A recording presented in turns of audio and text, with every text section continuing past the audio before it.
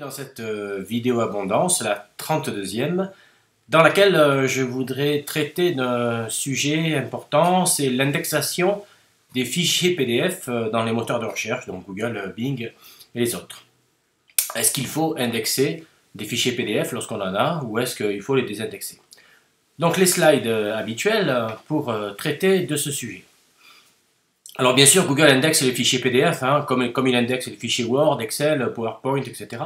Par exemple, j'avais déjà fait une vidéo sur la syntaxe d'interrogation Google, mais si vous tapez contrat référencement espace file type 2.pdf, donc vous allez demander au moteur de recherche les fichiers qui contiennent les mots contrat et référencement et qui sont au format PDF, et donc vous allez avoir une suite de documents qui sont au format PDF, puisque c'est indiqué à chaque fois avec une petite mention PDF dans les résultats de recherche. Donc Google, bien sûr, indexe les fichiers PDF sans aucun problème. Alors,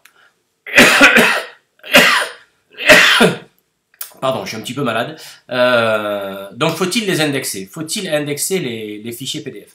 La première question qu'on peut se poser, c'est notamment en ce qui concerne le duplicate content interne, puisque si vous avez les mêmes informations dans une page web au format HTML et également disponible au format PDF, et bien effectivement, ça risque de causer des problèmes de duplicate content interne puisque on aura le même contenu.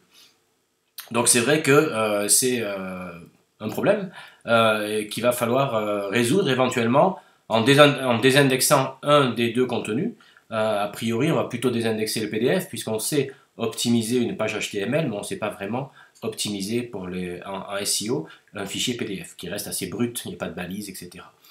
Donc première question, effectivement, le duplicate content interne qui est important. Alors bien sûr, si vous n'avez pas la même version, pas le même contenu en HTML et en PDF, ça ne posera pas de problème. C'est uniquement si vous avez les mêmes informations, le même contenu disponible aux deux formats.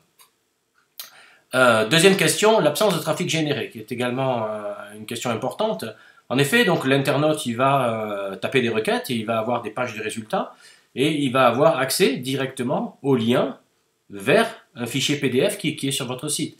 Donc il va cliquer, il va télécharger sur son ordinateur le fichier PDF et finalement, il ne sera pas vraiment venu sur votre site. Alors bien sûr, ça fait une visite au sens analytics du terme, mais il n'a pas vraiment vu une page web de votre site et on peut penser que c'est un petit peu dommage.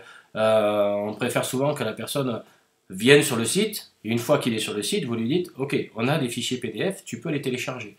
Ce qui fait une vraie visite. C'est un petit peu comme si la personne rentre dans la boutique, si on veut.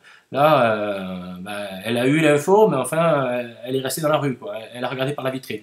Voilà, c'est un petit peu dommage. Donc, faut-il indexer les fichiers PDF? La réponse vous appartient. Est-ce que vous avez des risques de duplicate content? Est-ce que ça ne vous gêne pas que le téléchargement se fasse sans que la personne vienne vraiment sur le site? Oui, non, etc. Ces deux questions.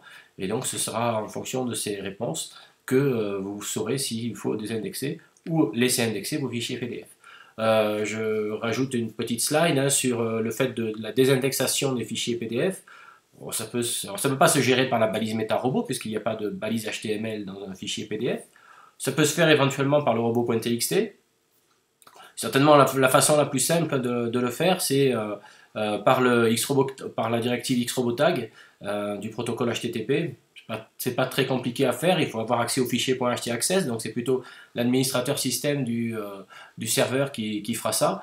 Mais il y a quelques lignes à rajouter dans le fichier htaccess, donc un fichier de configuration du serveur, pour bloquer l'indexation des fichiers. Ici, un exemple avec blocage des fichiers Word et PDF, et donc une URL sur le site il n'y a pas de quoi pour .com pour avoir plus d'informations à ce sujet.